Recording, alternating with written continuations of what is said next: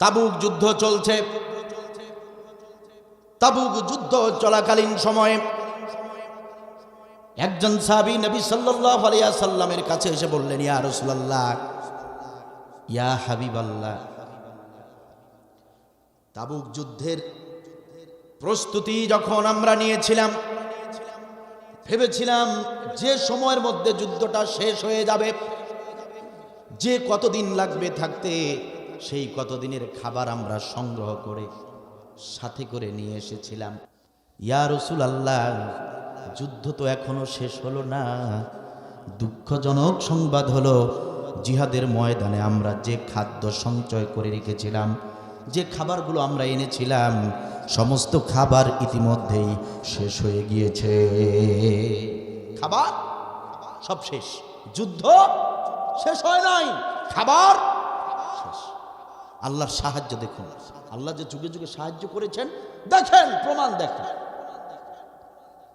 ইয়া রাসূলুল্লাহ, খাবার তো শেষ, যুদ্ধ তো শেষ হলো না। আর যদি এই সময়ে যদি আমরা খাবার সংগ্রহ না করি, তাহলে আমাদের আর যুদ্ধ করা লাগবে না, আমরা দুর্বল হয়ে না খেয়ে এমনিতেই মারা যাব। নাউজুবিল্লাহ বলবেন না? আমার কথা কি আপনারা বুঝতেছেন?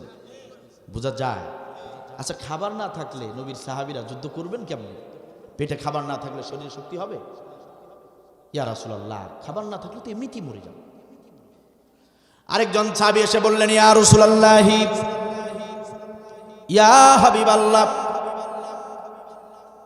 যদি অনুমতি পাই আমি একটা প্রস্তাব দিতে চাই। যেহেতু যুদ্ধ শেষ হয় নাই, খাবার শেষ হয়ে গিয়েছে, সেহেতু আপনি অনুমতি দেন, পানি বহনকারী একটা উট আমরা জবাই করে দেই।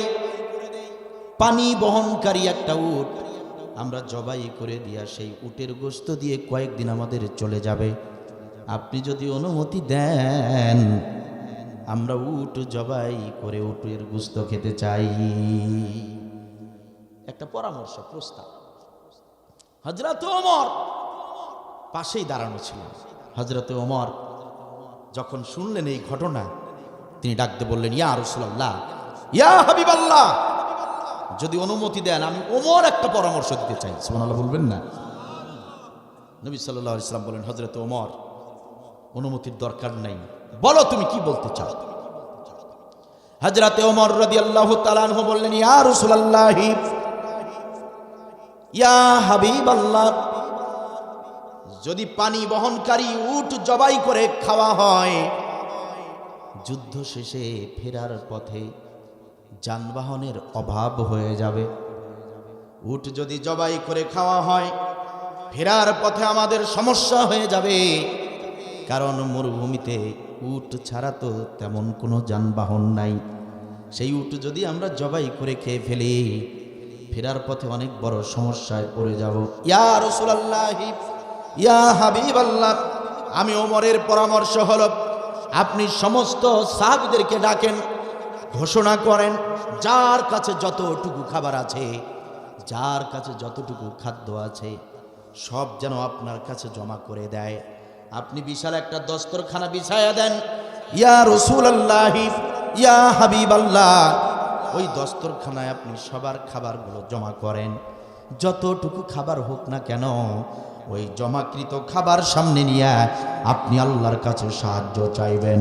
আমি হযরতে ওমর যতটুকু আপনার থেকে শিখেছি, আপনার সংস্পর্শে যতটুকু সময় আমি দিতে পেরেছি, আমি হযরতে ওমর জানি আপনি আল্লাহর কাছে সাহায্য চাইতে দেরি হয়, সাহায্য পাইতে কখনো দেরি হয় না।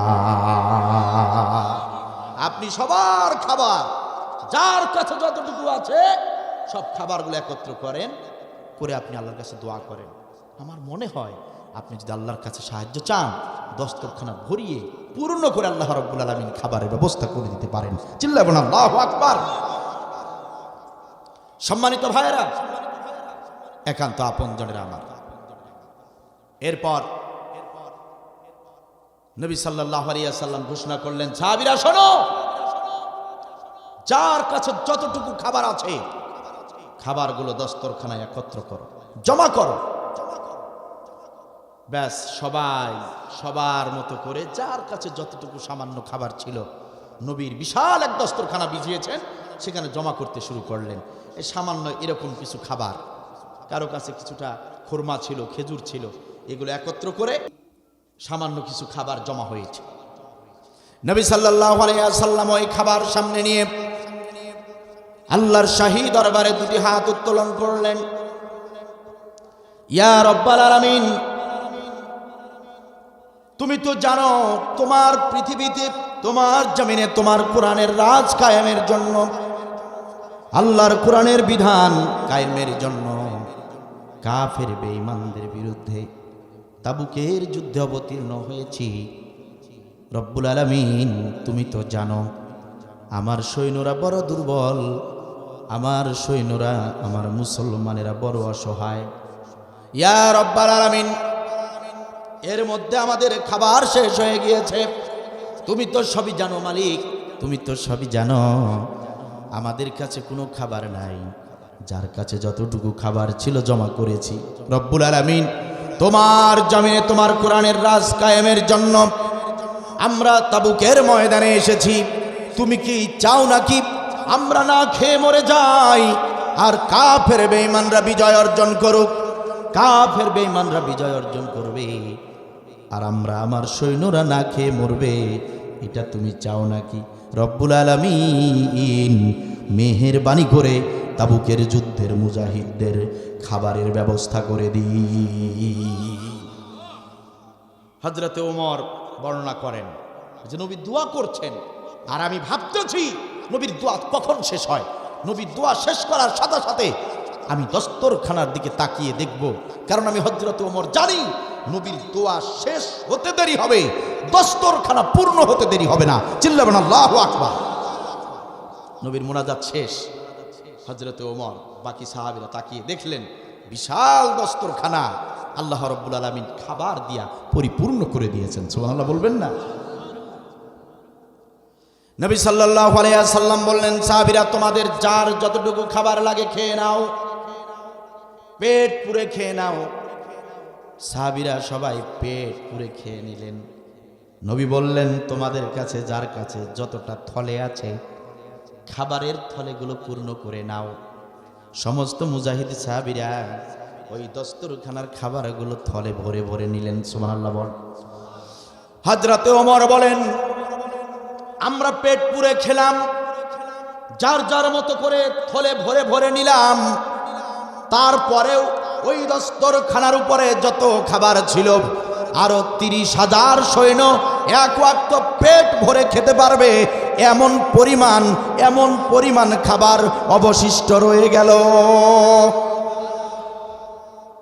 আরো 30,000 সৈন্য খেতে পারবে এমন ধরনের অবশিষ্ট খাবার দস্তরখানায় রয়ে গেল। সুবহানাল্লাহ বলবেন না? তাহলে আল্লাহ রাব্বুল আলামিন যুগে যুগে মুসলমানদেরকে সাহায্য করেছেন, এতে কোনো সন্দেহ আছে?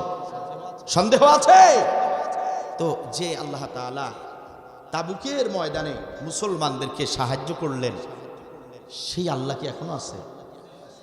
আপনাদের মনোযোগ নাই মনে হয়। সেই আল্লাহ কি এখনো আছে? আচ্ছা, সেই আল্লাহ থাকলেও সেই আল্লাহর সেই ক্ষমতা এখনো কি আছে? তাহলে হতাশ হবার কোনো কারণ নাই। যে আল্লাহ রাব্বুল আলামিন যুগে যুগে ইতিহাসে যে আল্লাহ তাআলা সাহায্য দিয়েছেন, সেই আল্লাহ এখনো সাহায্য করবেন। সুতরাং মুসলমানদের হতাশ হবার কোনো কারণ নাই, নিরাশ হবার কোনো কারণ নাই। আমরা দ্বীনের জন্য, ইসলামের জন্য, কোরআনের জন্য কাজ করে যাব। আমাদের সাহায্য আল্লাহ করবেন, এতে সন্দেহ নাই। যে আল্লাহ ইব্রাহিম আলাইহিস সালামকে অগ্নিকুণ্ড থেকে হেফাজত করেছেন, যে আল্লাহ হযরতে মূসা নবীকে লোহিত সাগরের পানি থেকে হেফাজত করেছেন, যে আল্লাহ হযরতে নবী সাল্লাল্লাহু আলাইহি ওয়াসাল্লামকে হিজরতের রাতে আবু জেহেলের সৈন্যদের হাত থেকে হেফাজত করেছেন, সেই আল্লাহ এখনো এমনকি কিয়ামত পর্যন্ত মুসলমানদেরকে হেফাজত করবেন, সাহায্য করবেন, এতে কোনো সন্দেহ নাই। ঠিক কিনা বল? আল্লাহ বলেন, ইজা জাআ নাসরুল্লাহ, আল্লাহর সাহায্য আসবে। আল্লাহর সাহায্য তোমরা পাবেই।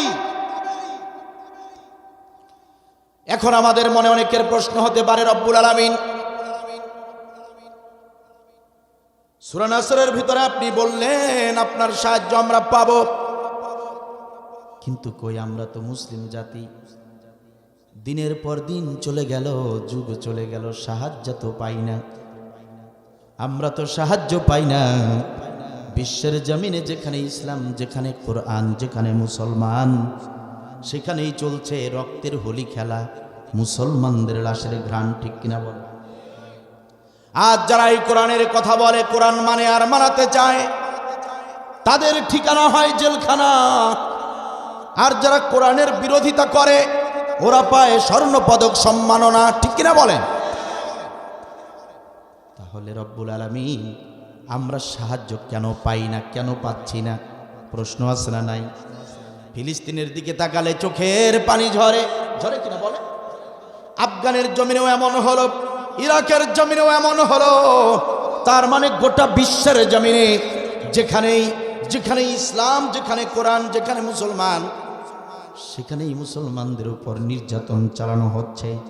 আল্লাহ রাব্বুল আলামিন আপনি বলেছেন সাহায্য পাবো, তাহলে সাহায্য তো পাচ্ছি না, পেলাম না, কারণটা কি? আল্লাহ তাহলে মিথ্যা বলেছেন নাকি? নাউজুবিল্লাহ। আল্লাহ যদি মিথ্যা না বলে থাকেন তাহলে বুঝতে হবে আল্লাহর কথা যদি মিথ্যা না হয় তাহলে অবশ্যই আমাদের নিজেদের ভিতরে ভেজাল আছে, ঠিক কিনা বলেন? কারণ আল্লাহ সাহায্য দিবেনই ঘোষণা করেছেন, তো সাহায্য পাচ্ছি না, তো সাহায্য পাচ্ছি না। সারা বিশ্বব্যাপী মুসলমানদের উপর নির্যাতন। তাহলে আল্লাহ যে বললেন ইজা জাআ নাসরুল্লাহ, আমি আল্লাহ সাহায্য দিব তোমাদেরকে, সাহায্য আসবে, সাহায্য তোমরা পাবে, কারণ কি? পাচ্ছি না কেন?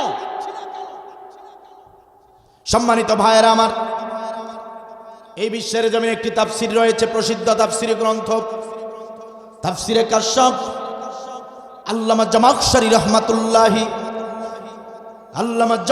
রহমাতুল্লাহি আলাইহি তিনি তার কিতাবের ভিতরে, তাফসীরের ভিতরে এই আয়াতের ব্যাখ্যা করতে গিয়ে বলেন, আল্লাহ রাব্বুল আলামিন সাহায্যের ঘোষণা করেছেন ঠিক, কিন্তু সবাই সাহায্য পাবে না। সাহায্য পাবার আগে একটি শর্ত আছে, শর্ত পূরণ না হলে কখনোই কেউ সাহায্য পাবে না। শর্তটা হলো আল্লাহ রাব্বুল আলামিন কুরআনুল কারীমে বলে দিয়েছেন, ওয়ালা তাহিনু ওয়ালা তাহজানু ওয়া আনতুমুল আলাউনা ইন কুনতুম মুমিনিন। চিন্তার কোনো কারণ নাই রে বান্দা, হতাশ হবার কোনো কারণ নাই। যদি মুমিন হতে পারো বিজয় তোমাদেরই হবে। চিল্লায় বলেন সুবহানাল্লাহ। ইন কুনতুম মুমিনিন, যদি মুমিন হতে পারো, চিল্লায় বলেন আল্লাহু আকবার। শর্তটা হলো মুমিন হতে হবে। কথা কার? কথা কার?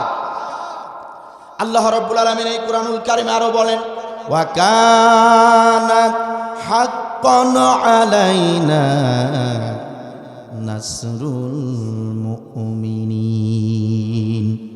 মুমিনদেরকে সাহায্য করা, মুমিনদেরকে সাহায্য করা আমি আল্লাহর উপর ওয়াজিব হয়ে যায়। সুবহানাল্লাহ বলেন। মুমিনদেরকে সাহায্য করা আমি আল্লাহর জন্য হক, মুমিনদেরকে সাহায্য করা আমি আল্লাহর উপর ওয়াজিব। কথা আমার নাকি আল্লাহ? তাহলে এখানে বোঝা গেল আল্লাহ রাব্বুল আলামিন সাহায্য করবেন, কিন্তু শর্ত আছে, মুমিনদেরকে করবেন।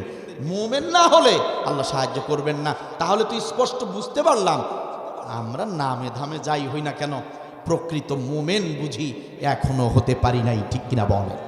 ঠিক কিনা বলেন? এখন আপনাদের মনে প্রশ্ন হতে পারে, হুজুর প্রকৃত মুমিন হলাম না আবার কেমনে?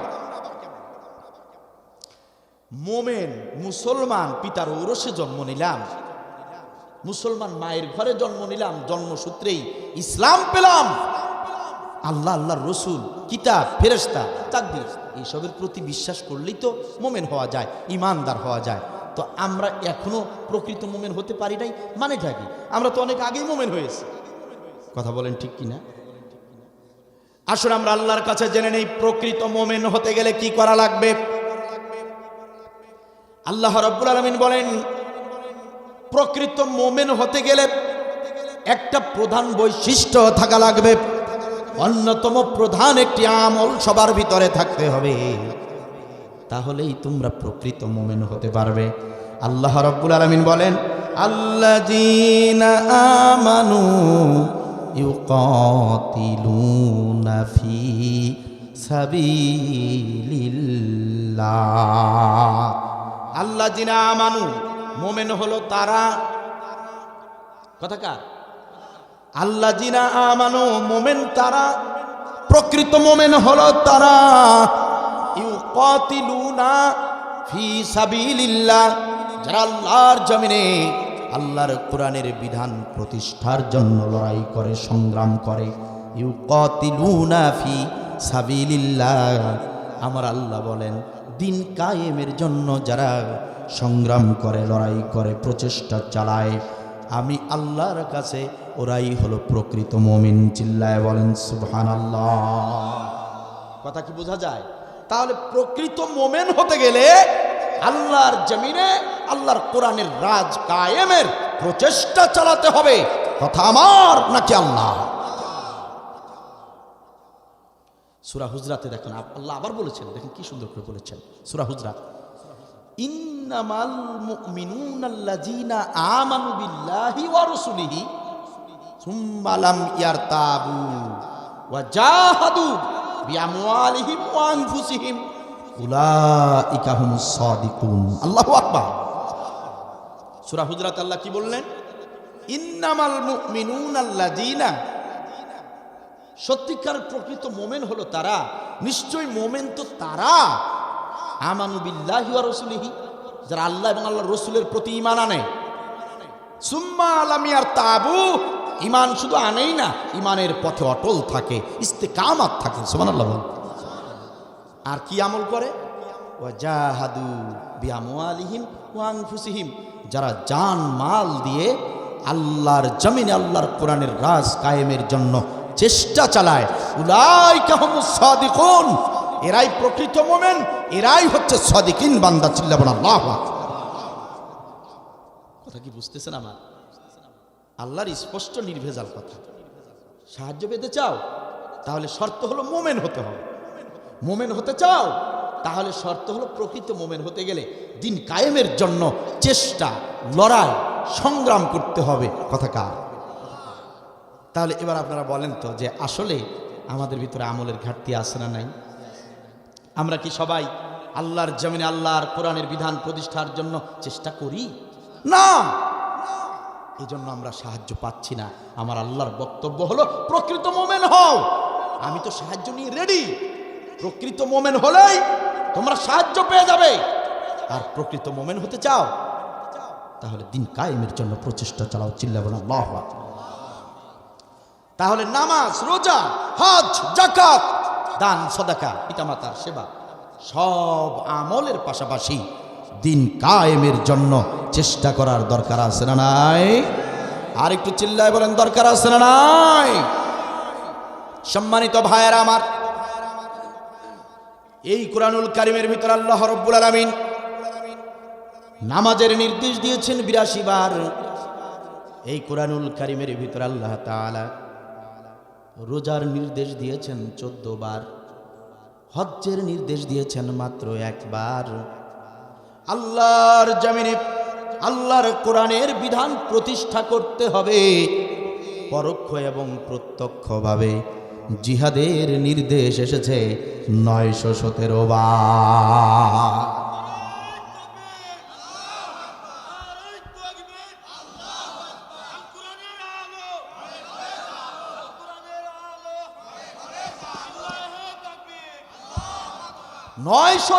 বার কোরআনের আয়াতে আয়াতে, পরতে পরতে, পাতায় পাতায়, পৃষ্ঠায় পৃষ্ঠায় দিন কায়েমের চেষ্টা চালাও। কেন? আল্লাহ চান আমার আদরে তৈরি করা, সৃষ্টি করা, সুন্দর সাজানো গোছানো পৃথিবীতে যাদেরকে পাঠালাম, আমার এই বান্দা বান্দিরা যেন পৃথিবীতে শান্তিতে থাকতে পারে, তারা যেন কল্যাণ পায়, তারা যেন রহমত বরকত সব যেন পেতে পারে। এই জন্য আল্লাহ বলেন দিনকে প্রতিষ্ঠা করে দাও, দিন কায়েম করো, দুর্নীতি থাকবে না। তোমরা যদি দিন কায়েম করো সুদ থাকবে না। তোমরা যদি দিন কায়েম করতে পারো খুন রাহাজানি থাকবে না। তোমরা যদি দিন কায়েম করো তোমরা নিরাপত্তা পাবে। তোমরা যদি দিন কায়েম করো খাদ্য বস্ত্র শিক্ষা বাসস্থান মৌলিক চাহিদা পূরণ হয়ে যাবে। কারণ আমি আল্লাহর ঘোষণা, দিন কায়েম হয়ে গেলে আমি আল্লাহ রাব্বুল আলামিন আসমান জমিনের সমস্ত রহমতের বরকতের দরজা খুলে দেই। চিল্লাউন আল্লাহু আকবার। ওয়ালাউ আন্না আহলাল কুরা আমানু ওয়াত্তাকাউ লাফাতাহনা আলাইহিম বারাকাতিম মিনাস সামাই ওয়াল আরদ। জনপদের মানুষরা যদি আমি আল্লাহকে ভয় করে কোরআনের বিধি মতো নীতিমালা মতো যদি জীবন পরিচালনা করে, আমি আল্লাহ রাব্বুল আলামিন আসমান আর জমিনের সমস্ত রহমতের বরকতের দরজা তাদের জন্য খুলে দেব। সুবহানাল্লাহি ওয়া বিহামদিহি। এই জন্য আল্লাহ বলেছেন কোরআনের বিধান প্রতিষ্ঠিত করো, সুদ ঘুষ দুর্নীতি বন্ধ হয়ে যাবে, একটা আদর্শ রাষ্ট্র তৈরি হবে। যে রাষ্ট্রে ফুটপাতে কেউ থাকবে না, গাছতলায় কেউ থাকবে না, আবার 10 তলায় কেউ থাকবে না। একটা সামঞ্জস্য চলে আসবে। হাত পেতে ভিক্ষা নেওয়ার মতো লোক থাকবে না। কারণ কি হবে, জাকাত, অর্থনৈতিক ব্যবস্থা জাকাত ভিত্তিক হয়ে যাবে। গরিবরা গরিব হবে না আর ধনীরা শুধু ধনী হবে এমনটাও নয়, একটা সমতা চলে আসবে। চিল্লাবেন আল্লাহু আকবার। কথা কি বোঝা যায়? সম্মানিত ভাইয়েরা আমার, এই জন্য দিন কায়েমের কথা আল্লাহ বলেছেন, বারবার বলেছেন। কারণ এই আমলটাই হলো আল্লাহ তাআলার কাছে কোরআনের ভিতরে সবচেয়ে বড় আমল। সুবহানাল্লাহ বলবেন না? আমার দিকে লক্ষ্য করেন, দেখেন কত বড় আমল, একটু বোঝার চেষ্টা করেন, ভালো করে বোঝার চেষ্টা করেন। এই আমলটি দিন কায়েমের জন্য লড়াই চেষ্টা করা, এই আমলটি হলো মুমিন আর মুনাফিক চিহ্নিত করার একটা আমল। সুবহানাল্লাহ বলবেন না? আপনারা দেখবেন যারা ইসলামের পক্ষে এরাও মসজিদে গিয়ে জামাতে নামাজ আদায় করে, আবার যারা ইসলামের বিপক্ষে কথা বলে, রসুলের বিপক্ষে কথা বলে, তারাও দেখবেন মসজিদে গিয়ে জামাতেই নামাজ পড়ে। পরে কি পড়ে না? কথা বলেন না কেন? পরে কি পড়ে না? মোমেন যারা, মুনাফিক যারা, তারা সবাই নামাজে যায়। মুনাফিকরাও নামাজ পড়ে, মোমেনরাও নামাজ পড়ে। তাহলে নামাজ দিয়ে কখনো মোমেন আর মুনাফিক পার্থক্য করা যায় না। রোজা বলেন, হজ বলেন, জাকাত বলেন, যারা দিন কায়েমের জন্য জীবন দিয়েছে তারাও অনেকে হজ করেছে, আবার যারা তাদেরকে হত্যা করেছে তাদের ভিতরে অনেকে হজ করেছে, কি করে নাই? তাহলে বোঝা গেল যে হজ করলেই, হাজি হলেই প্রকৃত মোমেন হওয়া যায় না। কারণ মুনাফিক হাজিও আছে। নামাজি হইলেও প্রকৃত মোমেন হওয়া যায় না, কারণ মুনাফিক নামাজিও আছে। কথা কি বোঝা যায়? এজন্য আল্লাহ বলেন যে আমি পরীক্ষার একটি মানদণ্ডের একটা আমল দিয়েছি গোটা কোরআন জুড়ে, একটি আমল, সে আমলের নাম হচ্ছে জিহাদ ফি সাবিলিল্লাহ, ইউকাতিলুনা ফি সাবিলিল্লাহ। মোমেনদের যেটা প্রধান কাজ, দিন কায়েমের জন্য তারা চেষ্টা চালাবে। এই কাজ যারা করবে এরা সাচ্চা মোমেন, আর এই কাজ যারা সহ্য করবে না এরা হচ্ছে মুনাফিক। ঠিক কিনা বল? কথা কি বোঝা যায়? সম্মানিত ভাইয়েরা আমার, নবী সাল্লাল্লাহু আলাইহি ওয়াসাল্লামের হাতে হাত রেখে কালেমা পড়ে মুসলমান হয়েছিলেন নবীর একজন অন্যতম সাহাবী হযরতে আব্দুল্লাহ ইবনে উবাই। নাম শুনছেন? আব্দুল্লাহ ইবনে উবাই মদিনার একজন সাহাবী, নবীর হাতে হাত রেখে কালেমা পড়লেন, মুসলিম হয়ে গেলেন। মুফাসসিরিনে কিরামগণ বলেন, এই আব্দুল্লাহ বিন উবাই নবী সাল্লাল্লাহু আলাইহি ওয়াসাল্লামের পিছনে দাঁড়িয়ে দাঁড়িয়ে 5 ওয়াক্ত নামাজ জামাতে আদায় করত। সুবহানাল্লাহ বল। ঈশ্বরদের মুসলমানেরা কান লাগান, আপনি আমি আমরা যে ইমামের পিছনে দাঁড়িয়ে নামাজ আদায় করি, আমরা যে খতিবের পিছনে দাঁড়িয়ে নামাজ আদায় করি, আমাদের সেই ইমাম, আমাদের সেই খতিব গোপনে গোপনে মিথ্যা কথা বলে না, এটার গ্যারান্টি ওয়ারেন্টি আমরা কেউ দিতে পারি না, ঠিক কিনা বলেন? পারবেন? আপনার আমার ইমাম গোপনে গোপনে জিনা করে না, এমন গ্যারান্টি কেউ দিতে পারবেন নাকি? হ্যাঁ, যদিও আমরা জানি আমাদের ইমাম আর খতিবগণ উন্নত চরিত্রের মানুষ, কিন্তু তারপরেও গ্যারান্টি কিন্তু কেউ দিতে পারবো না, ঠিক কিনা বলেন?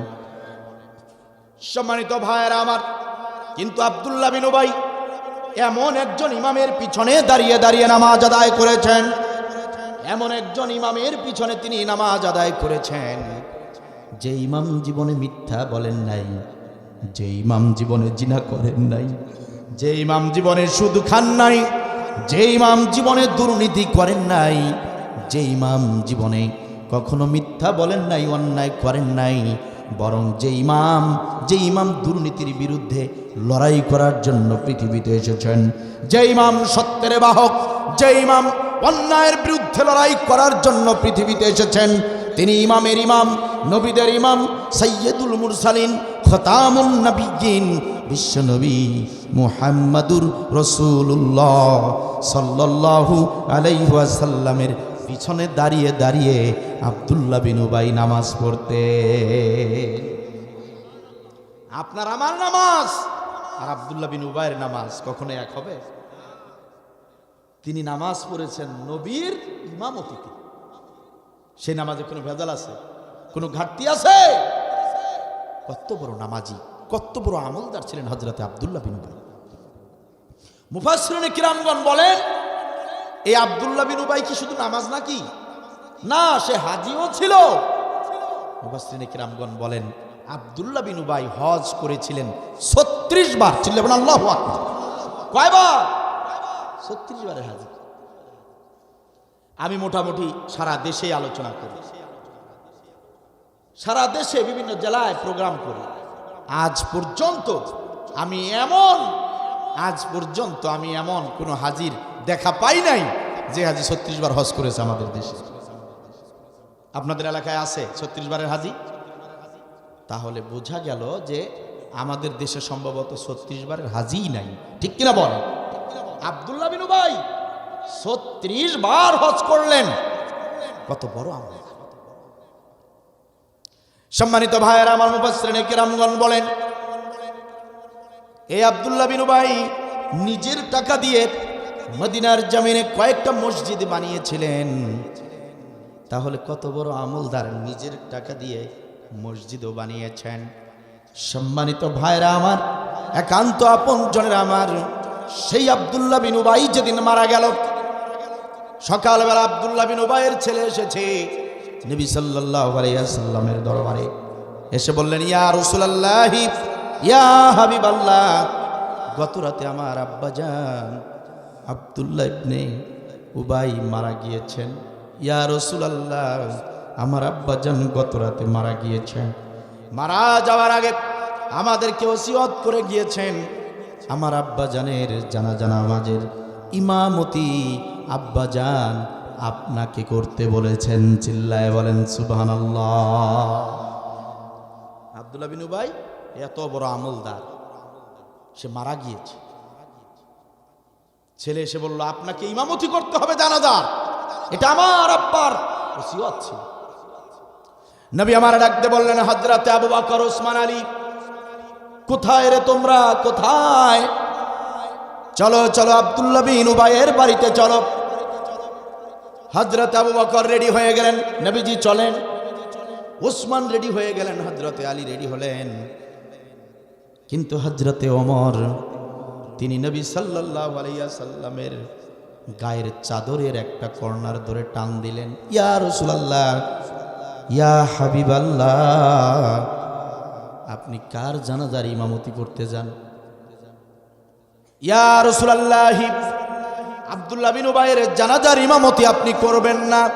না না না, আমি ওমরের অনুরোধ, আমি ওমরের প্রস্তাব, আপনি আব্দুল্লাহ বিন উবাইয়ের জানাজার ইমামতি করবেন না। কারণ আব্দুল্লাহ বিন উবাই যদিও সে পাক্কা নামাজি ছিল, যদিও সে 36 বারের হাজি ছিল, যদিও সে বড় একটা আমলদার ব্যক্তি ছিল, কিন্তু এই আব্দুল্লাহ বিন উবাই দিন কায়েমের বিরোধিতা করার কারণে ইসলামের সরকার গঠন হোক, কোরআনের বিধান দিয়ে রাষ্ট্র চলুক, এই আমলটার বিরোধিতা করেছে। সুতরাং যে ব্যক্তি ইসলামী আন্দোলনের বিরোধিতা করে, দিন কায়েমের বিরোধিতা করে, আমি ওমর যতটুকু আপনার থেকে ইলম অর্জন করেছি, তাতে আমি ওমর, আমার মনে হয় ওই ব্যক্তির কোনো আমল আল্লাহর দরবারে কবুল হয় নাই। কথা কি বোঝা যায়? নবীজি কার জানাজা পড়াতে যান, ও তো মুনাফিক, ও তো দিন কায়েমের বিরোধিতা করেছে, আপনি কেন তার জানাজা পড়াতে যাবেন? আমি যতদূর জানি, আমি তো আপনার থেকে ইসলাম শিখেছি, যতটুকু শিখেছি আমার মনে হয় ওর কোনো আমল আল্লাহ কবুল করবেন না, ও জাহান্নামে যাবে। আর যে ব্যক্তি জাহান্নামে যাবে, তার ইমামতি করা কোনো নবীর জন্য শোভা পায়? হযরত ওমর বলেন, ইয়া রাসূলুল্লাহ, ইয়া হাবিবাল্লাহ, আপনি কি ভুলে গেলেন নাকি? এটা তো সেই আব্দুল্লাহ বিন উবাই, যদিও সে নামাজি, যদিও সে হাজি, আপনি কি ভুলে গেছেন নাকি নবী? উহুদের ময়দানে আপনি সাহাবীদের তালিকা করলেন, যারা যারা জিহাদের ময়দানে যাবে, মুজাহিদদের তালিকা করলেন। এই আব্দুল্লাহ বিন উবাই কি করেছিল? গোপনে গোপনে মুজাহিদরা যেন জিহাদের ময়দানে না যেতে পারে, সবার বাড়িতে বাড়িতে গিয়ে তাদেরকে প্ররোচনা দিয়েছে, ভাতিজা আমার, উহুদের ময়দানে যেও না, যেও না, যেও না, তোমার খেজুরের বাগান পেকে গিয়েছে, জিহাদের ময়দানে যদি যাও, ফিরে এসে দেখবে তোমার খেজুর পচে গেছে। সুতরাং তুমি জিহাদের ময়দানে যেও না, বরং তুমি নবীর কাছে ছুটি নাও, নবীকে বলে দাও পরের জিহাদে যাবে, জিহাদের ময়দানে যাওয়ার দরকার নাই। নাউজুবিল্লাহ। কি শয়তানের শয়তান! ভাইয়ের কাছে, ভাতিজার কাছে, বন্ধুদের কাছে বাড়ি বাড়ি গিয়ে প্ররোচনা দিয়েছে, তোমার নতুন বউকে বিধবা করতে চাও নাকি? উহুদের ময়দানে গেলেই তো মরে যাবে, জীবন নিয়ে কেউ ফিরতে পারবা না। এক একজনকে এক এক প্ররোচনা দিয়েছে। ইয়া রাসূলুল্লাহ, আপনি কার জানাজার ইমামতি করতে যান? এটা তো সেই আব্দুল্লাহ বিন উবাই। সব শেষে সাহাবীরা যে রাস্তা দিয়ে উহুদের ময়দানে যাবে, সেই রাস্তায় দাঁড়িয়ে থেকেও প্ররোচনা দিয়েছে, অনেক সাহাবীদেরকে ফিরাইয়া দিয়েছে বাড়ির দিকে। একজন নয়, দুইজন নয়, 300 জন সাহাবীকে জিহাদের ময়দানে যেতে দেয় নাই। যে ব্যক্তি জিহাদের আমলের বিরোধিতা করেছে, যে ব্যক্তি চায় না আল্লাহর জমিনে আল্লাহর কোরআনের রাজ কায়েম হয়ে যাক, ওই ব্যক্তি যত বড়ই নামাজি হোক না কেন, ওই ব্যক্তি যত বড়ই হাজি হোক না কেন, আমি ওমর মনে করি ওই ব্যক্তি কোশ্চিনকালেও জান্নাতে যেতে পারবে না। সুতরাং নবী, আপনি ওর জানাজা পড়াবেন না, ওর জানাজা আপনার যাবার কোনো দরকার নাই। নবী আমার ডাকতে বলেন, হযরত ওমর বাধা দিও না রে, বাধা দিও না, হযরত ওমর বাধা দিও না। আমি নবী যদি আব্দুল্লাহ বিন উবাইয়ের জন্য যদি আল্লাহর কাছে ক্ষমা চাই, আমার এই ক্ষমা চাওয়া যদি আল্লাহ কবুল করে নিয়ে আমার এই উম্মতটাকে যদি মাফ করে দেয়, আব্দুল্লাহ বিন উবাইকে যদি আল্লাহ মাফ করে দেয়, কবরের আযাবটা যদি না হয়, তবেই তো আমার জন্য ভালো, তোমার জন্যও ভালো। তুমি কি চাও নাকি সে জাহান্নামে যাক? ওমর রে, বাধা দিও না, বাধা দিও না। আমি আল্লাহ, আমি আল্লাহ, আমি আল্লাহর কাছে দোয়া করব, প্রার্থনা করব, আমি আল্লাহর কাছে প্রার্থনা করব, ক্ষমা প্রার্থনা করব, আব্দুল্লাহ বিন উবাইয়ের জন্য ক্ষমা চাইব। যদি আল্লাহ মাফ করে দেয়, এই কারণে আমি যাব, চলো আমার সাথে। হযরতে ওমর, আবু বকর, সমস্ত সাহাবীরা নবীর সঙ্গে চলে গেলেন আব্দুল্লাহ বিন উবাইয়ের বাড়িতে। সমস্ত কাজ হয়ে গিয়েছে, এখন শুধু জানাজা বাকি আর দাফন বাকি। জানাজা হলেই দাফন হয়ে যাবে।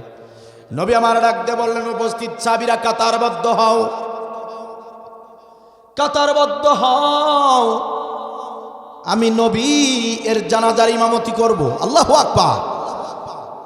নবীর একটা অভ্যাস ছিল, যখনই নামাজে দাঁড়াতেন তিনি মুসল্লিদের দিকে ঘুরে দাঁড়িয়ে দেখতেন কাতার সোজা হয়েছে কিনা, পা সোজা হয়েছে কিনা, চেপে চেপে দাঁড়িয়েছে কিনা।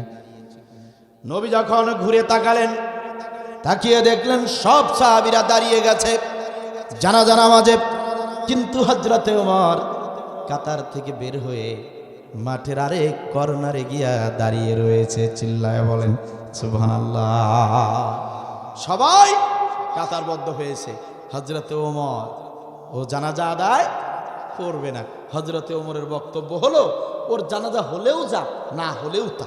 ঠিক কিনা বলেন? নবী সাল্লাল্লাহু আলাইহি ওয়াসাল্লাম কিছুই বললেন না, কারণ নবী জানেন ওটা ওমর।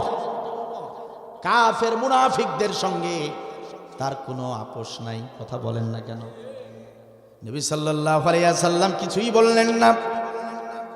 নবী সাল্লাল্লাহু আলাইহি ওয়াসাল্লাম বললেন, কাতার সোজা করো, আমি নামাজ আদায় করব। আল্লাহ রাব্বুল আলামিন জিবরিল আমিনকে ওই মুহূর্তে ডাক দিয়ে বললেন, জিবরিল আমিন রে, ও জিবরিল আমিন, দেরি করো না, দেরি করো না। ও জিবরিল আমিন, দেরি করো না। আমার নবী জানাজা নামাজ শুরু করার আগেই, আমার নবী জানাজা শুরু করার আগেই তুমি সূরা তাওবার 84 নম্বর আয়াতটি নিয়ে যাও। আমার নবী জানাজা শুরু করার আগেই সূরা তাওবা 84 নম্বর আয়াত, সূরা তাওবা 84 নম্বর আয়াত আমার নবীর দরবারে গিয়ে নাজিল করে দাও। ওয়ালা তুসাল্লি আলা আহাদিম মিনহুম মাতা বাদাও ওয়ালা তাকুম আলা কবরিহি ওয়ালা তুসাল্লি। ও জিবরিল আমিন, নবীকে জানিয়ে দাও, হযরতে ওমরের বক্তব্য যেটা, আমি আল্লাহর বক্তব্য সেটা। আল্লাহু আকবার। ওয়ালা তুসাল্লি, জানাজা পড়া যাবে না। ওয়ালা তুসাল্লি, জানাজা পড়া যাবে না, যাবে না।